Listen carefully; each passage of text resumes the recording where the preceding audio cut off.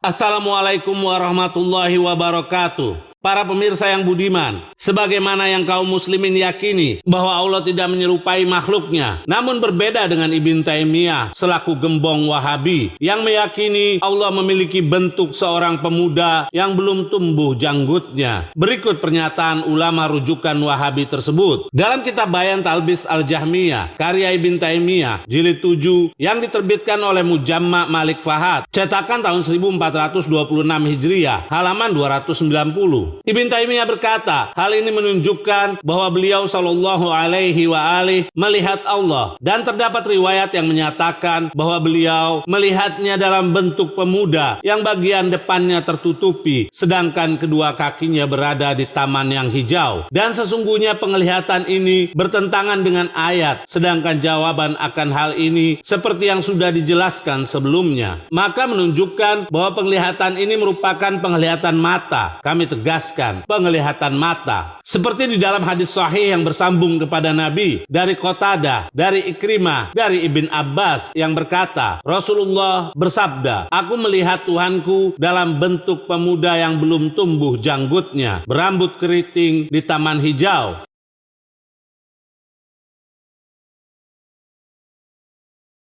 Riwayat tersebut dinilai sahih oleh Ibn Taimiyah, artinya dia meyakini riwayat itu, dan sebagaimana yang sudah dijelaskan pada episode-episode sebelumnya, bahwa kelompok Wahabi meyakini nas hanya dari sisi redaksi zahirnya saja, tanpa ditakwilkan. Ibn Taimiyah pun menjelaskan bahwa penglihatan Nabi ini adalah hakiki dalam kitab yang sama, halaman 301. Ibn Taimiyah berkata, dan telah dikatakan bahwa ditetapkan penglihatan hati, sedangkan penglihatan Nabi dengan hatinya seperti penglihatan mata. Sebagaimana yang telah dijelaskan hal ini dari pernyataan Imam Ahmad dan selainnya. Pada halaman 308, Ibn Taimiyah berkata, dan hal ini menguatkan bahwa penglihatan hati di sisinya, yaitu di sisi Nabi, adalah penglihatan mata untuk para Nabi secara khusus, bukan untuk selain mereka.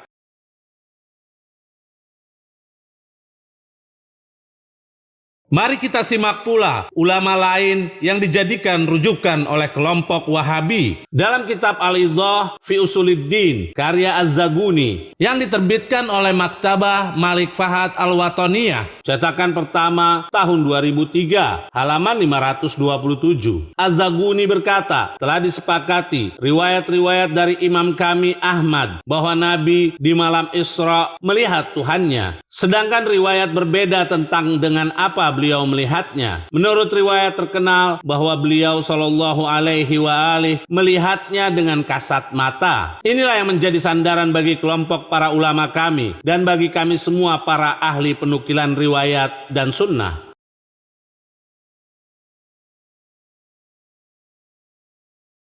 Di sini Az-Zaguni mengatasnamakan Imam Ahmad bin Hambal. Namun perlu pemirsa ingat bahwa metode Ahlus Sunnah dan Wahabi di dalam memahami nas amatlah berbeda. Seandainya benar riwayat-riwayat tersebut dinukil oleh Imam Ahmad bin Hambal, namun beliau pasti tidak memaknainya hanya dari redaksi lahiriahnya saja. Mari kita simak pernyataan salah seorang ulama Ahlus Sunnah berikut ini tentang oknum yang mengatasnamakan mazhab Imam Ahmad bin Hambal. Dalam kitab Tabyin Kadzibil Muftari karya Ibn Asakir yang diterbitkan oleh Darul Fikr cetakan kedua tahun 1399 halaman 310 sampai 311. Ibn Asakir berkata, sesungguhnya kelompok Hasyawiyah, yaitu yang berpegang pada lafaz zahir nas, lalu berkeyakinan tajsim, maksudnya kelompok Wahabi, dan orang jelata rendahan yang menamakan diri mereka Hambali, menampakkan bid'ah yang mengerikan dan kehinaan yang buruk di Baghdad, yang orang ateis pun tidak berbuat ramah terhadapnya, apalagi orang yang bertauhid, sampai pada kalimat, mereka menisbatkan semua yang mensucikan Allah dari kekurangan, kecacatan, penafian darinya hudus, penyerupaan dengan makhluk, dan mereka juga menisbatkan bagi yang mensucikan Allah dari hulul, yaitu bergabung dengan makhluk, keberakhiran, dan yang mengagungkan Allah dari perubahan di satu keadaan ke keadaan yang lain, dan bergabungnya dia ke dalam makhluk dan terjadinya pembaharuan pada zatnya, kepada kekufuran dan penentangan serta menafikan ahlil hak dan iman. sampai mereka menuduh para imam terdahulu dan mencela pemilik kebenaran serta pemuka agama dan melaknat mereka di dalam setiap kesempatan. Sampai pada kalimat, dan Hasyawiyah terus-menerus di dalam kesesatan mereka dan tetap di dalam kebodohan mereka. Mereka enggan melainkan menyatakan bahwa Allah memiliki kaki, gigi, tonsil, dan ujung jari. Dan bahwasanya Allah turun dengan zatnya dan bimbang di atas keledai dalam bentuk pemuda yang belum tumbuh janggutnya dan berambut keriting. Dia mengenakan mahkota yang berkilau dan kakinya mengenakan sepasang sandal dari emas.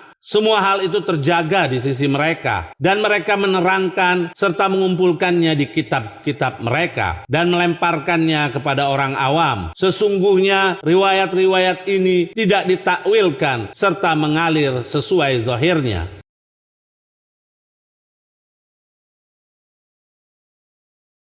Bisa pemirsa lihat betapa keyakinan Ibn Taimiyah tersebut dikecam oleh Ibn Asakir. Sekarang mari kita lihat siapakah Ibn Asakir. Dalam kitab Syiaru A'lamin Nubala karya Az-Zahabi jilid 21 yang diterbitkan oleh Muassasah Ar-Risalah cetakan pertama tahun 1984 halaman 405. Az-Zahabi berkata, Al-Qasim adalah seorang imam, pakar hadis, dan yang menghafalnya. Seorang ulama yang utama, julukannya Bahauddin Abu Muhammad. Al-Qasim putra pakar hadis besar, yang utama di zamannya. Namanya adalah Abul Qasim Ali bin Al-Hasan bin Hibatullah Ad-Dimashqi, bermazhab Asy-Syafi'i, yang dikenal dengan Ibn Asakir.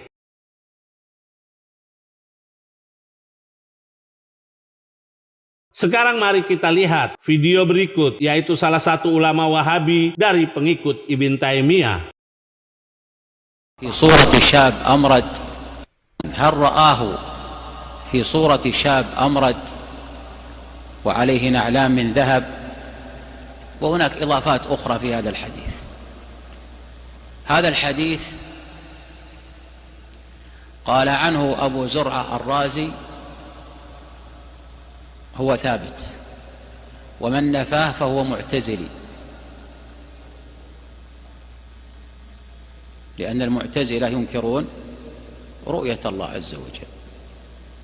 Jika Allah berupa sosok pemuda dan digambarkan sangat spesifik dengan sifat belum tumbuh janggutnya, berambut keriting, dan di taman hijau, ini merupakan ciri-ciri makhluk yang sangat jelas. Artinya, keyakinan ini bukan hanya mengantarkan kepada tajsim, yaitu menjasmanikan Allah, akan tetapi sudah menyerupakan Allah dengan makhluknya, yaitu tasybih. Karena itu kami tidak bosan-bosannya memberi saran kepada para pemirsa untuk berhati-hati dengan akidah semacam ini yang seakan-akan mereka berdalil dengan Al-Quran dan Sunnah. Padahal keyakinan mereka itu berbeda dengan apa yang dianut oleh ulama muslimin.